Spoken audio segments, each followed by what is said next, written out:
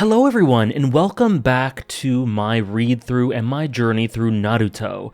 Today we're going to be talking about, in a very casual manner, as per usual, as I talked about in my last video, but nonetheless we're going to be talking about the Chunin exams. And just to get this out of the way, personally, I know that some people separate the arcs, Konoha, Crush, and Chunin exams. For me, they're the same arc. For me, they are pretty seamless one into the other. It's a continuation of the same story. Yeah, that's just my take on it. That's just how I see it. You might see it differently. That's obviously really cool. That's totally fine. But I consider them to be one arc. So today we're going to be talking about the material covered in both. Now, like I've said before, just in case you might be new to these Naruto videos, this is only the second one out, but just in case you weren't aware, I am not going to be going through these like I do through my One Piece videos. If you've seen the first video, you understand how these are going to be. It's going to be very general, very broad, very scattered, as the title says. I'm not going to go chronologically, I'm not going to do a deep dive into the thematics, because one, I just don't have the time for that, and two, I feel like the streams are great for that. I feel like we cover a lot of that on stream, and a lot of it isn't me, a lot of it is you guys in chat. So if you'd like to join in on those, please do. You can follow my Twitch. The Naruto streams have been absolutely legendary. I've had so much fun with them. I've currently just hit Shippuden, so I haven't gotten past any Shippuden content. I've read one chapter of Shippuden, so we're just starting that. We're gonna be going through that in the next couple of days. But yeah, that's where I am. So I'm a little bit past where the Chunin exams end, quite a bit past it, a couple arcs past it. But nonetheless, the material is very stark in my mind. So let's talk a little bit about it. Now, to get this out of the way, the Chunin exams were absolutely amazing. They were breathtaking. I couldn't believe how good they were. I couldn't believe how much I enjoyed them. And, you know, I'm aware of their reputation as one of the sort of most iconic shonen arcs in general. And it's so well deserved. It's so incredible. It's so well done. There's so much great character work. There's so much great building of the setting and expansion of the world. And just in general, there's so much heart put into every aspect of it. It's all so well thought out. It's all so precise and cleanly done, and the pacing is so meticulous in how rampant it is, and yet every character, I feel, that is semi-prominent at least, has some sort of role to play. Now, there are a lot of new ones that get introduced there, and I'll try to touch on each one that I find notable, but in terms of the old ones, Kakashi plays a decent role here. He is kind of more underlying. He's not as prominent as he was in the Land of Waves, but he continues to be a great support character, a great role model, a great part of this family. There were some great little lines here and there that kind of alluded to the depth of his character that I find so enticing, in that later arcs, and maybe arcs past this, would tackle to a greater extent. So Kakashi's done well, but the trio, my god, do they shine. Let's start with Sasuke. Sasuke, it seemed like the blueprint for his character was kind of set in Land of Waves, but the Chunin exams and his focus on needing to be strong and needing to be the strongest so that he can take out his brother due to his vengeance, and a mix of this rage and a desire to be acknowledged for his strength. The differing ways in which the story explores that dynamic internally is unbelievable. The ways in which he sort of navigates the exam and sort of grapples internally with his relationship with Naruto, and how he wants to fight other characters throughout the exam, and his desire, his incredibly raw desire to just prove himself. That element of his character, that need to prove himself, and that need to be strong, and how that kind of gets added to his dynamic with Naruto, that gets taken to the forefront here. And the way that Orochimaru sort of preys upon that for his ends, and is exploitative of that. Just overall, the Chunin exams plant a lot of seeds that would be very important, and here is where I started properly thinking that maybe Sasuke is going to be antagonistic, or unantagonist, and this is where a lot of the signs were there, and that just makes him more interesting. That just makes him even more interesting to follow, and more kind of heartbreaking to follow in a lot of ways, because there seems to be a tragic inevitability to his relationship with Naruto, and the way in which he tries to enact his vengeance. It really feels like there is only one path it could go by the end of this arc. In hindsight's 2020, so maybe I'm just imparting later knowledge on this arc, but I do think that this really puts into prominence the fact that Sasuke is deeply, deeply troubled, and the psychological mechanisms going on with him, they don't get solved with with just like a little bit of a monologue. This is deeply rooted, and it'll take a lot of time for it to be fixed, quote unquote, if it gets fixed at all. So yeah, this arc really sort of keyed me into that element of his character. Then there's Sakura. If you can't tell by now, I'm a huge fan of Sakura. I think she's awesome. I think she has so many really interesting dynamics with all sorts of characters. Naruto, Ino, the fight with Ino was really great. And I know a lot of people aren't a fan of her dynamic with Sasuke and the way she seems to sort of cling to him, but one, it's very genuine for a 12-year-old, not just a 12-year-old girl, but 12-year-olds in general, to develop these crushes, these sort of overbearing crushes for people that may not be interested in them, who find them annoying. That in itself, I'm totally fine with. It feels very genuine. If there was nothing progressing past that, I would have a problem with that. But Sakura, after her initial, the prominence of her character is shown to us, her crush on Sasuke and her dislike of Naruto, she grows. She grows so much. Her bond with Naruto just blossoms and blossoms, and it got to the point where in this arc, she was willing to give herself up so that Naruto could pass the exam, or something along those lines. There was some sort of sacrifice she was willing to make during the written part of the exam. The specifics I might be a little rusty on, but I mean, that's how far she's come. Her progression is so dynamic, and all in all, she is just, I find her to be a sweet young girl. I have some things to say about her relationship with Sasuke, but they aren't really relevant for this video as much as maybe the Sasuke retrieval video, so I'll hold off for now, but I just think she's really genuine, really well presented, really honest as a character, and she grows and she develops, and in this arc, she had this beautiful sort of rebirth, where she decided to stand up for herself, have conviction, fight with her own power against Ino. The cutting of the hair, I know some people find it silly. I think it was wonderful. One, it worked strategically. It wasn't what Ino would have been expecting in this moment, which she would have been expecting like a punch or a kick or some sort of regular combat move. And she cut her hair, she got out of her grip, it worked. But more so, it obviously represented this rebirth. And to me, it was just this great moment of progression and growth for her. And I really liked it. I'm a big fan of Sakura, and at this moment, I really don't see why she's such a controversial character. Maybe that'll change in Shippuden, I'm not sure, but as of right now, she's great. And then Naruto. He is just such an unbelievable character. He adds to his dimensions these dynamics with characters that we meet in this arc. And Chunin exams is quite a long arc, so it makes sense that lots of things would happen, but it's still impressive that within one arc, these dynamics are developed to such an extent. His dynamic with Neji, how he sort of, through combat, through example, tells him that you are not this defeatist person who truly believes in this fatalism, this cynical fatalism. You fight against it, and you're showing me right here.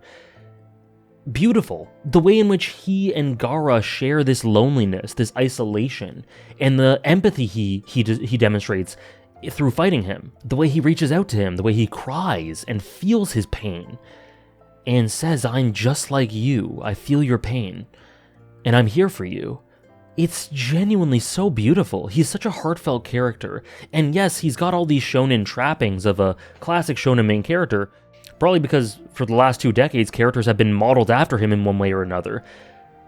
But he's so much more than that. The way in which he defies fate, the way in which he fights back against anything that seems unjust or wrong or off, and the way in which he has such empathy for others, such compassion and kindness, and he shows this through his combat, through all his relationships, and just through his earnest nature, the way he never wants to break promises, the way he tries to make others smile and see the beauty in life. He's such an endearing character, and yet he has flaws.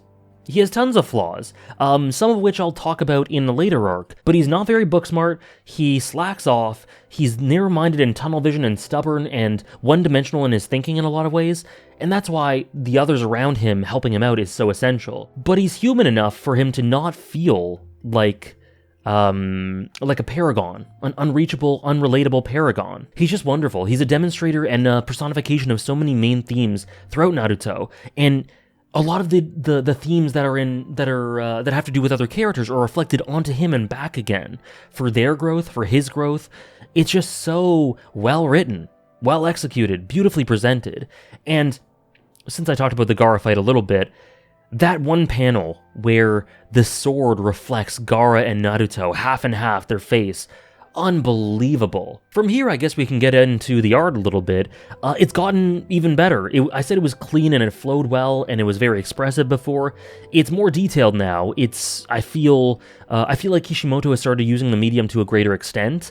The spreads are more detailed. It's just better art in general, so a nice progression in that way. I feel the same way about the setting that I felt in the first video, so not much to report on that. But I do want to talk about the sort of progression of the Chunin exams and how they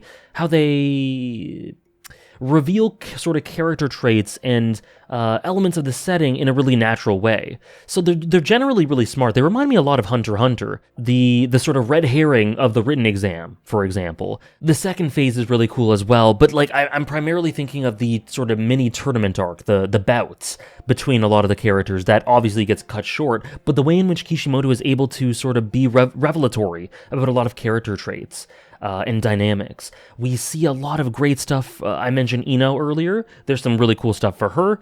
But like, for example, Hinata and sort of her burden and her hardships and how she's able to nonetheless keep plugging forward in spite of that. Her affection for Naruto is very endearing and sweet and adorable, but she is also very much her own character. She's very much independent. She has her own troubles, and she has the courage to face them head on. And the way that she encourages Naruto prior to his fight with Neji, it might have been Neji, but either way, the way she's able to encourage him by saying that, yeah, you might lose here and there, but the beauty of who you are is how you just keep bouncing back. And that inspires her, and she in turn reflects that back to him. So I really like Hinata. There's also Jiraiya. Don't have much to say about him here. He has an interesting introduction. I'll hold off there. There is Shikamaru. Shikamaru's interesting. I really like the way in which he is very pragmatic and smart about how sort of lazy he can be. He's incredibly intelligent, and it's really cool to see him think through stuff, and I enjoyed his role in this arc. From what I can gather, he's an extremely popular character. He's not quite at the top for me because I just don't think he's had super meaty stuff just yet, but he's a good character, he's solid, and I like him, and I can't wait to see where he goes. And I really like the sort of bubbling dynamic between him and Naruto here. Kabuto continues to progress and has some really interesting stuff here. Orochimaru establishes himself as very interesting. Really cool antagonistic force, and I don't remember if it was sort of here or maybe Search for Tsunade or whatever, where we sort of get into his mind a little bit. The idea of this fixation on life and immortality and the sort of the dark science, for lack of a better term, of his character. I really like that element of him, and he's interesting. But we're getting to some more primary players for me in the Chunin exams, and to start, there is Neji. I really am a fan of Neji. Initially, we have him fight Hinata, and he sort of is very abrasive, cruel. There's a lot of pettiness and envy at essentially her being chosen, him being sort of dismissed, and the ways in which the world has sort of taught him that, like I alluded to earlier, some people are fated to end up a certain way. That element of his character is really, I think, deeply rooted and thought-provoking and visceral, the way in which it's executed. But, like I mentioned earlier, the way that his fight with Naruto helps us see his backstory and why he's come to specifically think that way, and the way in which Naruto sort of helps him through combat to break out of that mindset is so immensely beautiful. It's one of the biggest highlights of the entire arc. Neji's fight with Naruto, I think that's my third favorite fight in the entire series up till now. It is just beautiful. It is emotional. It is thematically potent. They foil one another really well, and just, everything clears for him. The clouds clear. He sees the endless horizon ahead of him, and he realizes, not only do I not have to follow this preordained path that I seem to believe in, but I didn't believe in it in the first place. Deep down, I never really bought into it, so why follow it? It's just so uplifting and so empowering and so beautiful. Neji went through his own arc in this arc, and I also enjoyed where his character went after this, and I can't wait to see where he goes in Shippuden, because I think there's a lot of potential there. I said after this that, like, people were asking me my potential top ones for a character in Naruto, and I think I gave 5 or 6 names. Neji was one of them, but that was with the asterisk of if he continues to be really prominent, and I don't think he will be. Not to the extent of, like, Sasuke, Naruto, maybe Kakashi.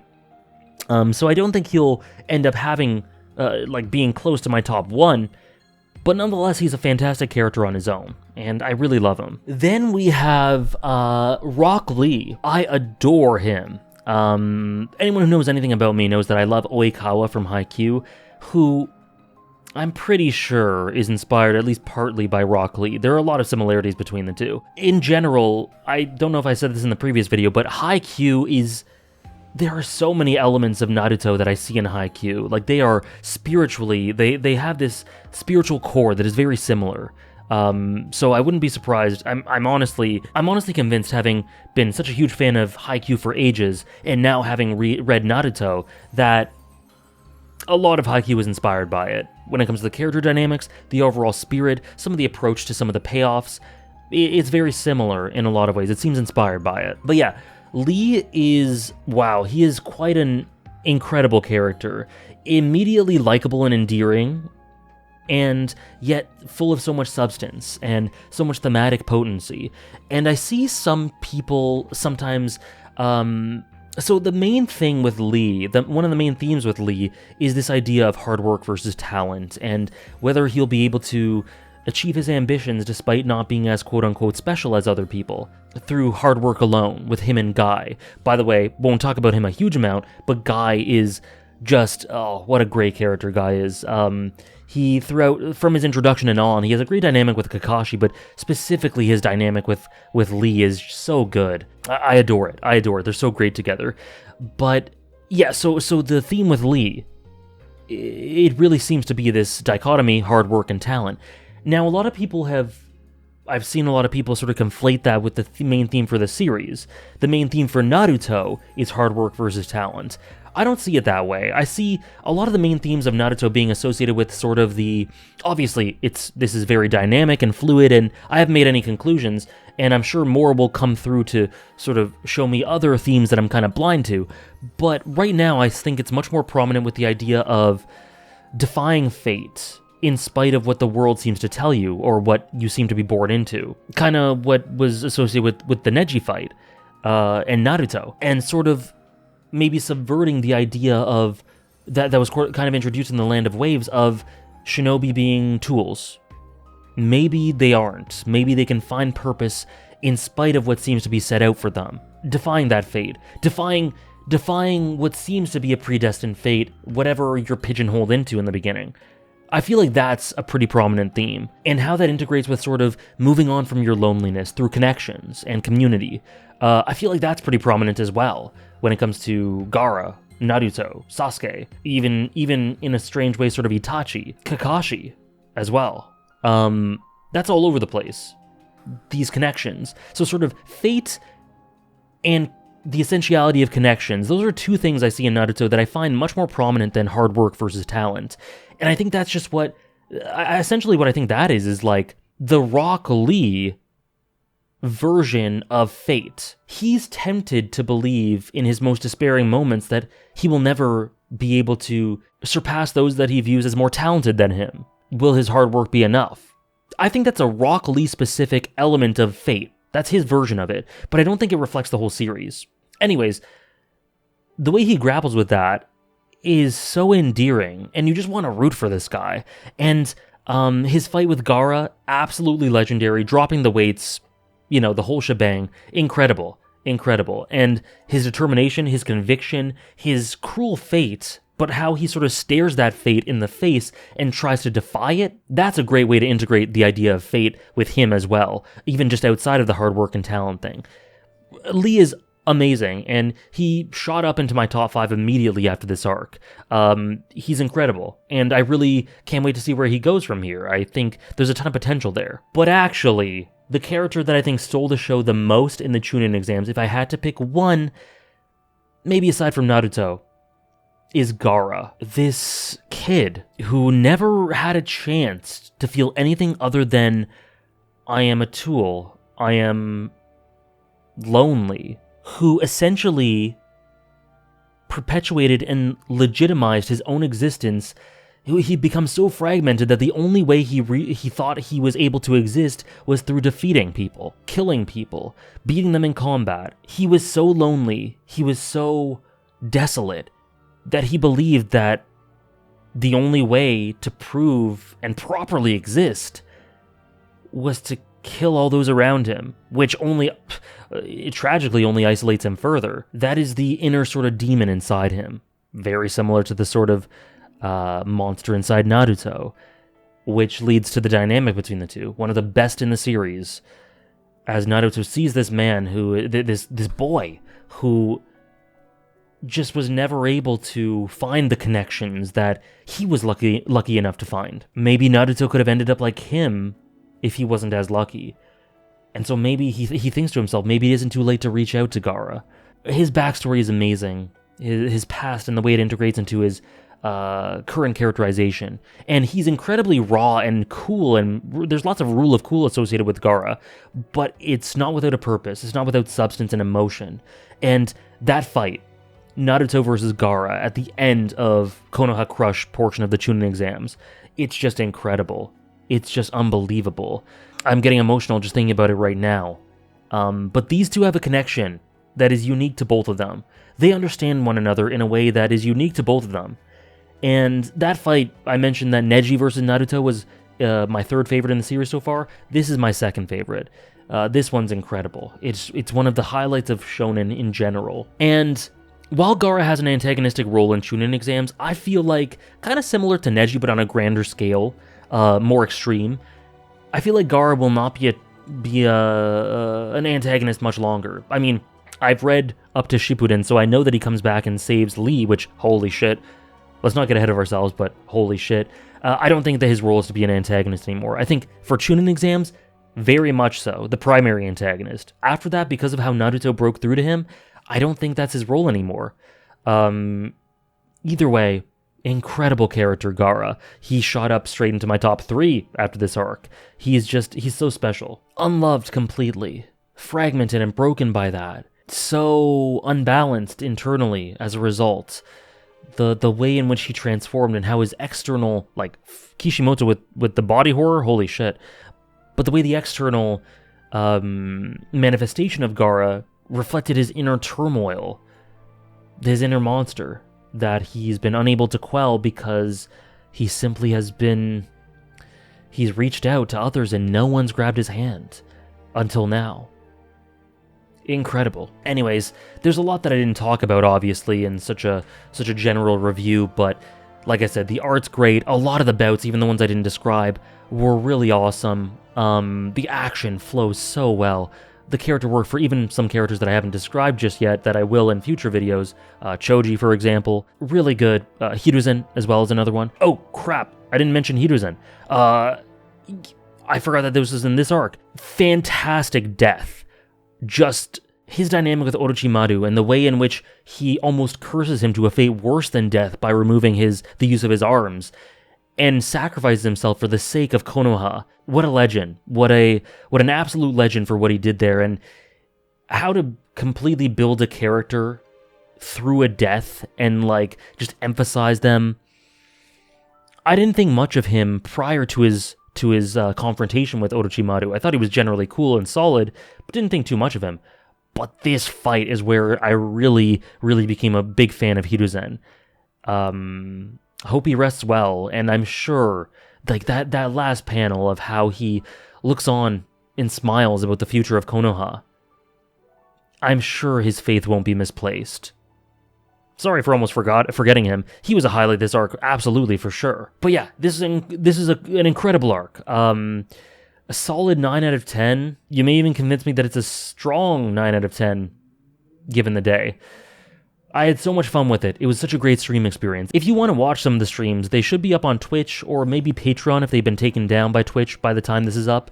Patreon will have some of the streams, so if you're interested in that, they'll be there. This arc, unbelievable. I really was utterly stunned by the end of this at how good this series has gotten so quickly. One of the most efficient series I've ever seen. Such a great cast, such great dynamics, the art, the way it all coalesces thematically, and the feelings you get when it all comes together. It's just beyond words. It's incredible. So Chunin exams. I've been talking for a decent amount of time, but I really don't have any words that I think properly do it justice. Anyways, next video will be covering the Search for Tsunade arc, which is a really interesting one, really enjoyable one as well. We'll talk all about that next time. I hope you enjoyed this one. Again, if you're interested in these streams, we'll be starting Shippuden. Maybe we'll have started already by the time this comes out. Please follow me on Twitch. Could be lots of fun if you're interested in that. But until next time, thank you very much for listening. Thank you very much for watching, and hope you enjoyed my scattered, rambly thoughts about this series that I continue to love more and more and more. We'll see you in the next one.